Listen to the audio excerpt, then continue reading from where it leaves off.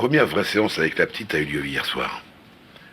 Les signes d'un trouble sérieux sont plus nombreux que je l'avais anticipé. Son imagination est vaste. Mais une phrase en particulier me trotte encore dans la tête. Il était juste devant moi. Il respirait fort. Je me souviens surtout de ça. Cette horrible odeur de saucisse qui aurait tourné. Rêver d'une odeur est extrêmement rare. C'est le signe d'une transcendance sensorielle.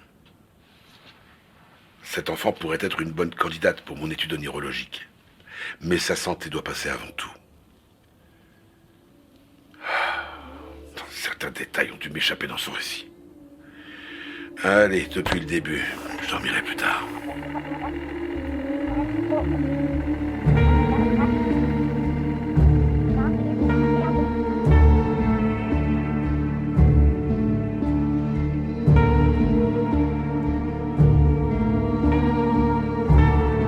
Vous écoutez Le bruit des cauchemars, une fiction audio issue de l'univers Little Nightmares.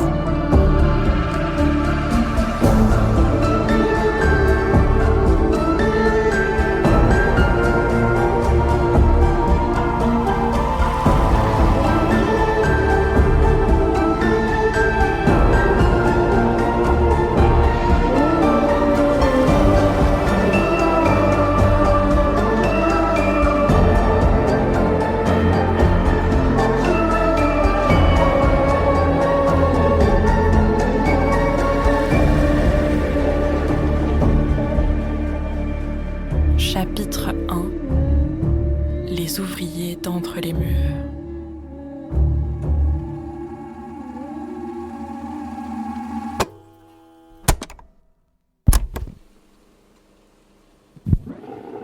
Ici autopsychiatre. Cassette numéro 54, voici mes remarques préliminaires concernant la première séance de la patiente numéro 1229. Donnez des numéros aux enfants. Notre relation dépasse la déontologie de base. Je vais laisser ces pratiques aux charlatans des étages supérieurs. Pour rester professionnel, j'utiliserai le sobriquet dont la petite s'est affublée elle-même, Maudit. Maudit est interné à l'HPD depuis une quinzaine de jours. Vu ses antécédents médicaux pour le moins insensés, son état psychologique semble stable et elle est remarquablement sensée. Elle a atterri dans mon service suite à l'aggravation de troubles du sommeil persistants, bien que non récidivants. De nombreux patients souffrent de parasomnie. Je n'entends pas par là qu'un traitement est superflu, mais simplement que son cas n'est pas parmi les plus préoccupants.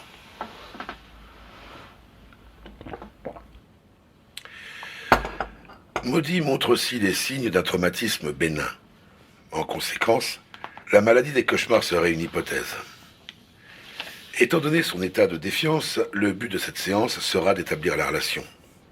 J'ai bon espoir que Maudit s'ouvre un peu et que nous puissions découvrir ce qui se cache dans sa petite tête.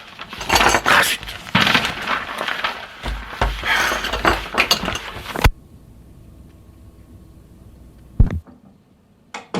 Prends le fauteuil, Maudit. Tu peux t'asseoir, t'allonger, te mettre à cheval sur la coudoir comme il te plaira.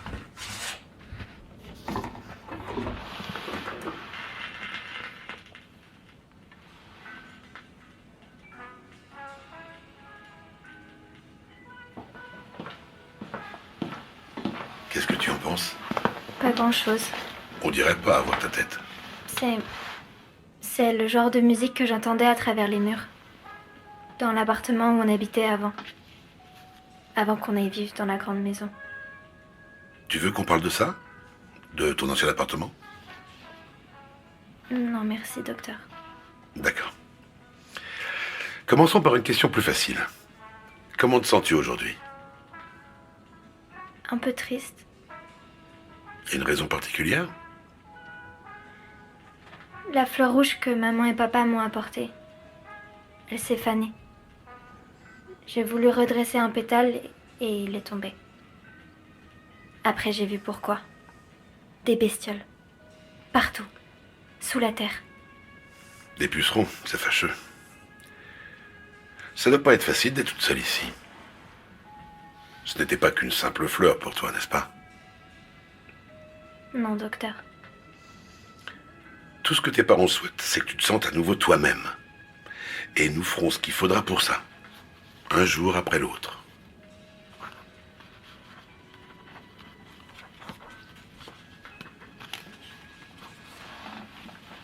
Tu dors la nuit? Oui, docteur. Appelle-moi Otto, tu veux bien? Tu dors bien? Oui. Maudit, ici la franchise est importante. La vérité, s'il te plaît. D'accord. Je me réveille en pleine nuit. Tu te réveilles en nage? Euh, Est-ce que tu transpires? Oh oui. Et j'ai le cœur qui tape comme un marteau-piqueur. Les cauchemars sont apparus en même temps que ta maladie? Non. Pas tout de suite. Après. Et tu te souviens de tes cauchemars ou ils disparaissent au réveil? Je me souviens. De tout. Tu serais d'accord pour me les raconter?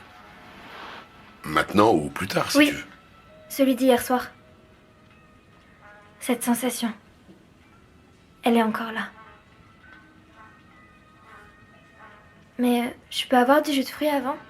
J'ai mal à la tête et maman dit que ça fait du bien. Ça, j'en suis pas certain. Mais ça coûte rien d'essayer.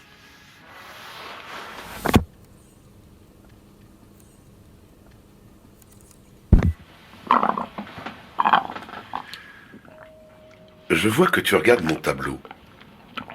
Il s'intitule Le regard du Zaïre. Je l'ai depuis que je suis tout petit. Pourquoi il est flou? C'est une image cachée. Le truc, c'est de regarder sans regarder. Essaye. Voilà. Tu le vois maintenant? Non. J'ai une idée. Regarde le tableau.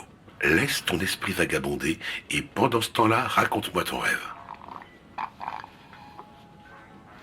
T'as fini ton jus? Oui. Alors commence par le début. Je me suis réveillée. À un endroit où j'aurais pas dû être. Décris-moi cet endroit, s'il te plaît. Tout était blanc. Mais au bout d'un moment, je me suis rendu compte que c'était de la neige qui tombait sur un champ. Je regardais dehors. J'étais tout en haut. La vue était dégagée. Tout était calme. C'était comme si je faisais qu'un avec le froid. Tu ressentais ce froid? Pas comme dans les districts en hiver. Plutôt comme si je regardais quelqu'un qui a froid. Je le sentais autour de moi, mais pas à l'intérieur. Je me suis retournée. Et en fait, la fenêtre par laquelle je regardais n'était qu'un trou dans un mur de pierre. J'étais dans un long couloir qui tournait. J'ai eu comme une sensation. Il fallait que je me lève, mais le plafond était trop bas pour que je puisse être debout. Alors j'ai avancé à quatre pattes. Sans cette toute petite lumière presque invisible, je serais tombée. Un autre tunnel est apparu dans le sol. Sa paroi brillait dans le noir. Un cliquetis venait d'un peu plus bas. Cette sensation bizarre m'a fait comprendre que j'étais perdue dans un géant en pierre et que si je voulais en sortir, il fallait que je continue d'avancer dans ses veines. Je suis descendue dans le noir et j'ai glissé sur les parois humides et gelées. Je me suis mise à dévaler le tunnel sans pouvoir m'arrêter, de plus en plus vite. Je commençais à me dire que c'était un toboggan infini et à ce moment-là,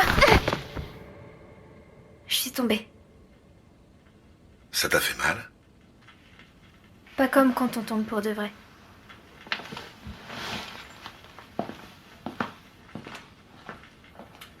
Ça y est, je vois ce que c'est. Le tableau. Un tigre et deux lunes. Pas exactement. J'ai jamais vu de tigre en vrai. Essaye encore. Regarde sans regarder. Et continue quand tu voudras. Il y avait une bougie qui faisait un peu de lumière, mais pas assez pour éclairer les coins de la pièce. Et j'ai vu qu'il y avait un petit trou dans la pierre à côté de moi. La neige. J'ai eu envie de regarder encore la neige tomber. Alors j'ai regardé par le trou. Mais il n'y avait pas de neige. Simplement une pièce pleine de bocaux en verre partout.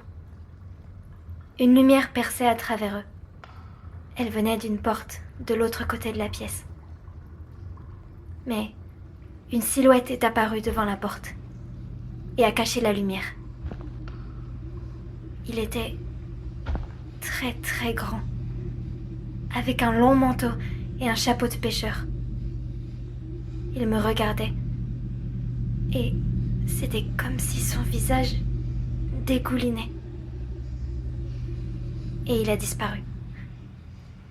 Ou pas. Je me souviens pas. C'est la seule chose dont j'arrive pas à me souvenir. Est-ce que c'était quelqu'un que tu connais? Ton père, peut-être? Non. Non. Cet homme, il est pas de notre monde. Je ne comprends pas. C'est la sensation qu'il donnait, c'est tout. Tu as parlé plusieurs fois de cette sensation. Peux-tu essayer de m'expliquer? Vous pouvez pas comprendre. Vous y étiez pas. C'est impossible. D'accord, Maudit. On n'est pas obligé de parler de lui. Détends-toi. Respire.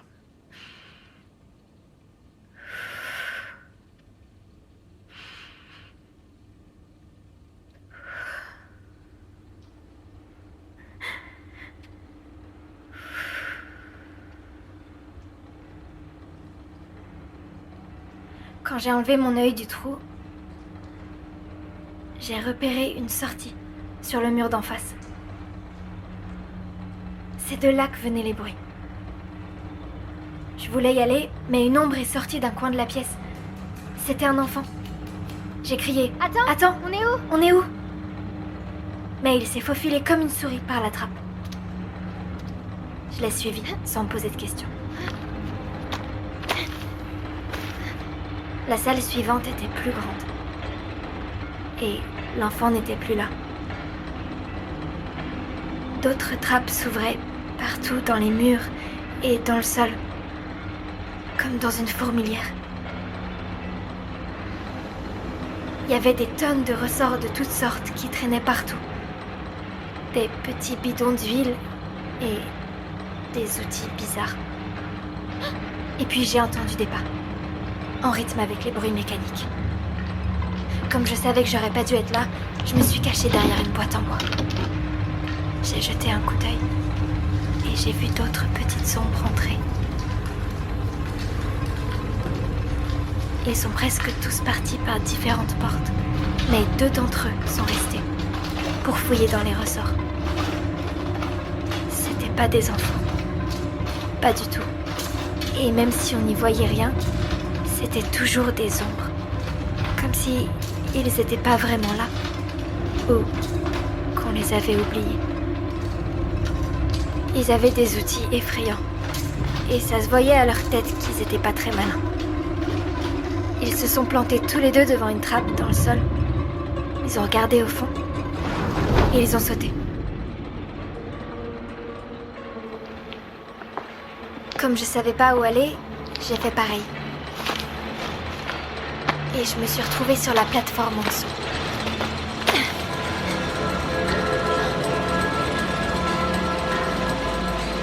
J'ai enfin vu d'où venait tout ce bruit. Des roues dorées qui tournaient. Des petites, des grosses, des minuscules. Il y en avait partout. Il y en avait tellement que j'arrivais pas à voir jusqu'où. Je savais pas ce que c'était. Et puis, cette sensation est revenue. Et je me suis dit que c'était des engrenages. Avec des crans qui s'emboîtaient parfaitement les uns dans les autres.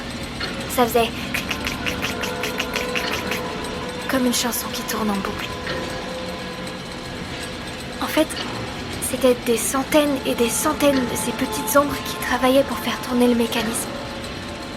J'ai réalisé que, sans ces petits ouvriers, les rouages s'arrêteraient sûrement et le géant tomberait en pièces, pierre par pierre. Je me suis penchée par-dessus le bord sans faire attention, et mon pied a buté dans un outil.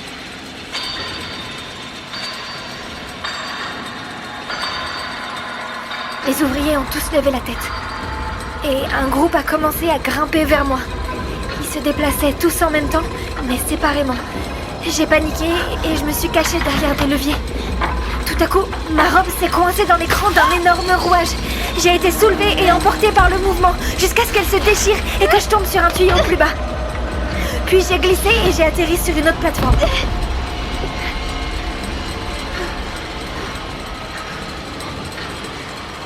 Les ouvriers ont arrêté de me poursuivre pour se remettre au travail. Ils essayaient d'arracher le morceau de ma robe qui était resté coincé entre deux rouages, parce que ça ralentissait tout. J'ai profité du fait qu'ils soient occupés pour m'échapper.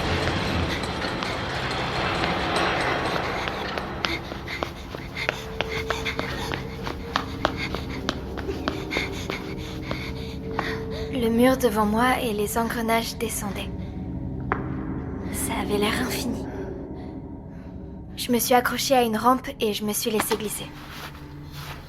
Et là, j'ai entendu un énorme grincement qui venait d'en haut. Et les rouages ont repris leur petite musique. J'ai vu le bout de ma robe déchirée tomber devant moi, tout doucement. Et il a été aspiré par une petite fissure dans le mur. C'est là que j'ai entendu des cris déchirants sortir par la fissure. J'aurais pas dû chercher à voir ce qu'il y avait de l'autre côté. Mais j'ai regardé quand même. C'était une petite chambre avec des chaînes partout sur le sol. Il y avait 3 robes identiques, un peu comme des robes de bonne sœur qui pendaient près d'un lit. Les chaînes se sont mises à bouger et mon cœur s'est arrêté. Un corps trop maigre s'est écrasé contre le mur. Il avait une chaîne autour du cou. Il était juste devant moi. Il respirait fort. Je me souviens surtout de ça. Cette horrible odeur de saucisse qui aurait tourné. Une seconde, Maudie. Tu as distinctement senti son haleine ? C'était pas son haleine. C'était lui. Il sentait tellement mauvais que j'ai encore son odeur dans le nez. Tu en es vraiment certaine ? Vous m'avez demandé de dire la vérité, non ? C'est ce que je fais.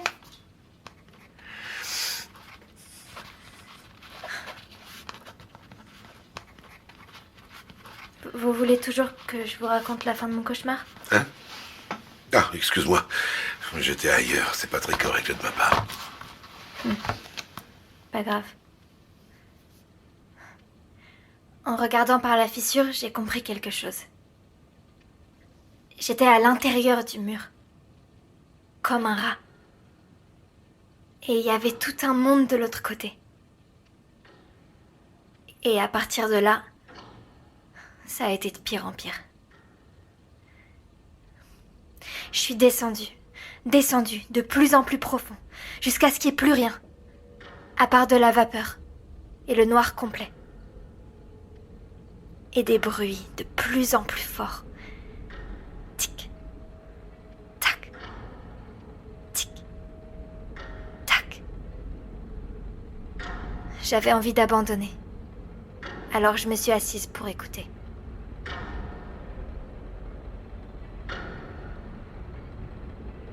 Je m'étais presque endormie quand j'ai vu sortir une petite forme du mur. Je me suis dit, encore un ouvrier qui me court après.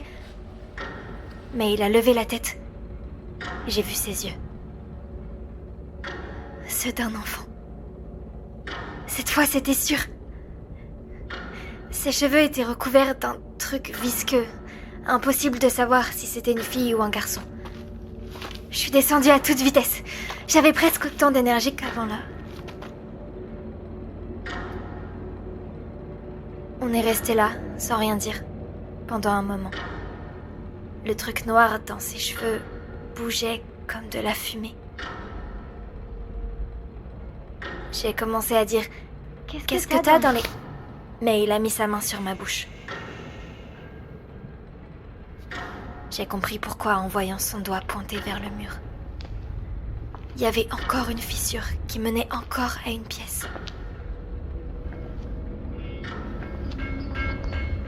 C'était un atelier horrible. Il y en avait partout. Des machins pas terminés, des trucs en bois et en métal, avec des lanières et des manivelles. Il y avait aussi une collection de masques sur des étagères, avec des vis et des clous plantés dedans, les pointes vers l'intérieur, à l'endroit de la bouche. Et devant la table, il y avait une grande femme qui travaillait, penchée sur sa dernière création. Sa robe me rappelait quelque chose, et des chaînes longues et lourdes pendaient en dessous. La femme poussait des espèces de petits grincements, comme si elle était contente. Je me suis dit que c'était la gardienne de ce géant de pierre, de ce monde derrière les murs. À un moment, elle s'est tournée vers un tas de ferraille et j'ai vu son visage.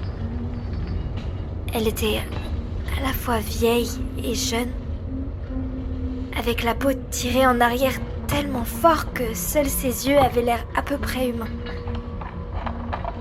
J'avais envie de savoir ce qu'elle fabriquait et, en même temps, j'avais tellement envie de hurler. Mais j'ai pas eu le temps. Ni de savoir, ni de hurler. Mon ami m'a écarté du mur, en faisant « chut » et en me montrant le plafond. Il y avait une ombre qui nous observait par une fente, dans le plancher d'au-dessus. L'enfant m'a tiré par le bras, mais c'était déjà trop tard. L'ouvrier a sauté à côté de moi, et il a commencé à inspecter mon corps avec un outil dans la main. Mais là, mon ami m'a écarté pour qu'un petit rayon lumineux touche l'ouvrier, et il a disparu dans un coin à toute vitesse. On aurait dit qu'il voulait absolument rester caché.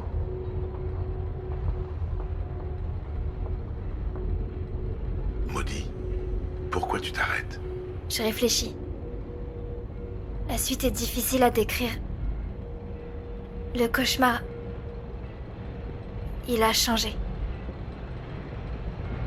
On s'est retrouvés entourés de vapeur et on a atterri ailleurs. À côté des engrenages. Entre les murs.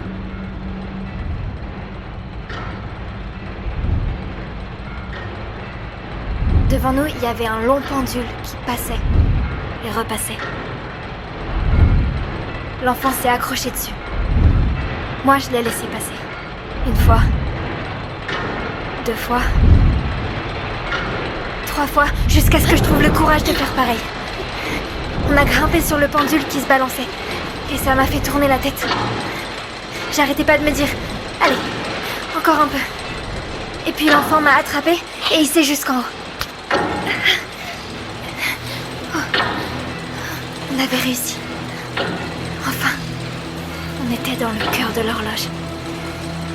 C'était une pièce ronde, avec un escalier en colimaçon et un appareil bizarre, comme des petits doigts en métal qui pianotaient à un rythme infernal.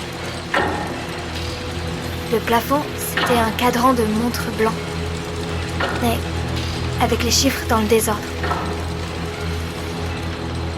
On a grimpé les escaliers à toute vitesse, et en haut, on est sorti et on s'est retrouvés dans une cour.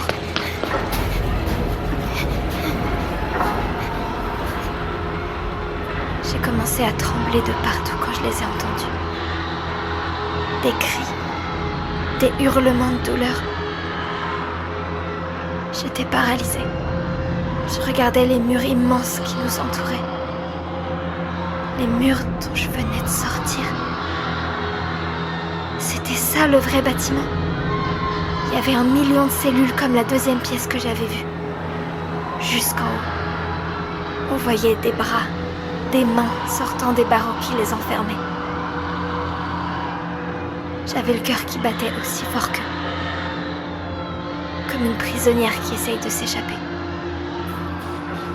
Attends-moi! J'ai crié. Attends-moi! S'il te plaît! Mais mon ami était déjà à l'autre bout de la cour. Et puis j'ai entendu les chaînes. La grande femme a sauté dans la cour. Elle s'est lancée vers l'enfant. Une chaîne sortait de sous sa robe comme un serpent et a attrapé ses jambes. Elle la traînait dans la neige. Il hurlait et donnait des coups de pied. Il était terrifié et m'a crié « Au secours !» Et c'est là que la femme m'a vue. Elle a commencé à venir vers moi d'un pas lourd. J'étais figée, de peur, et elle se rapprochait. Je pensais qu'à une chose qui m'a fait venir ici. Pourquoi on m'a montré tous ses secrets? Elle avait la peau tellement tendue qu'elle pouvait à peine ouvrir la bouche. Une fente avec des dents noires à l'intérieur. Des dents affamées, comme si elles avaient faim de quelque chose qui venait de moi.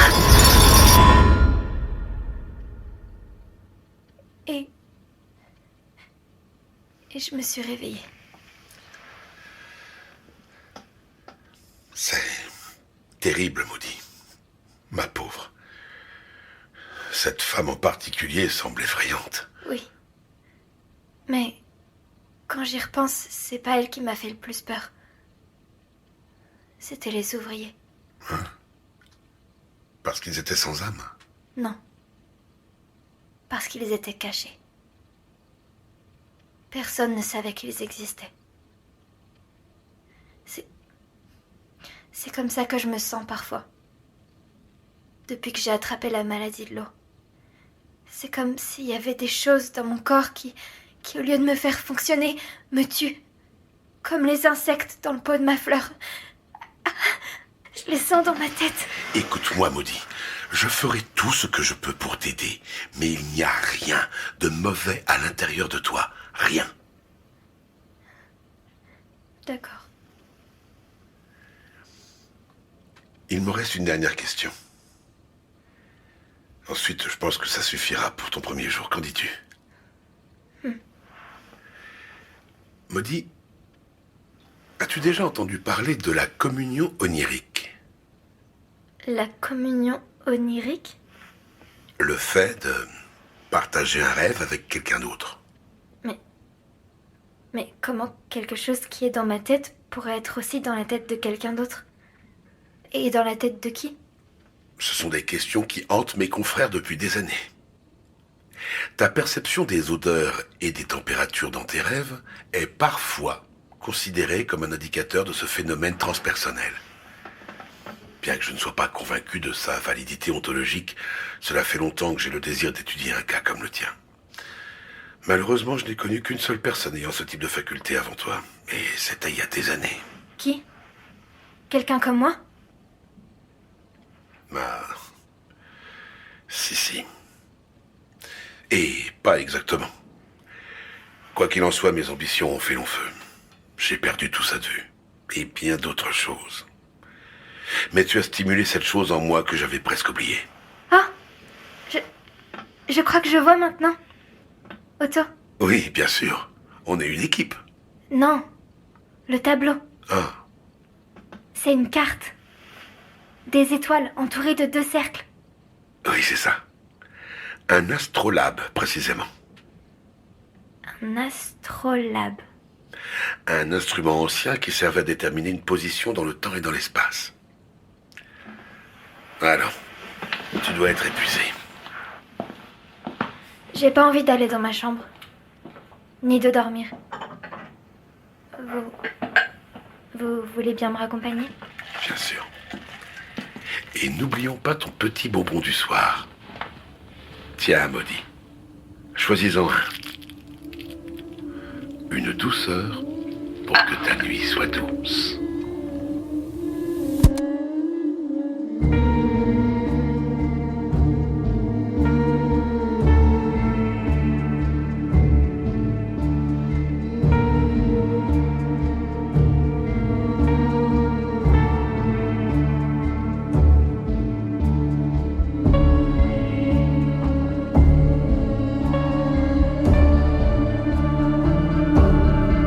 Vous venez d'écouter le premier épisode de la série Le bruit des cauchemars. Cet épisode a été écrit par Lonnie Nadler. Notre showrunner est Lonnie Nadler et notre réalisateur est Thomas Rosès.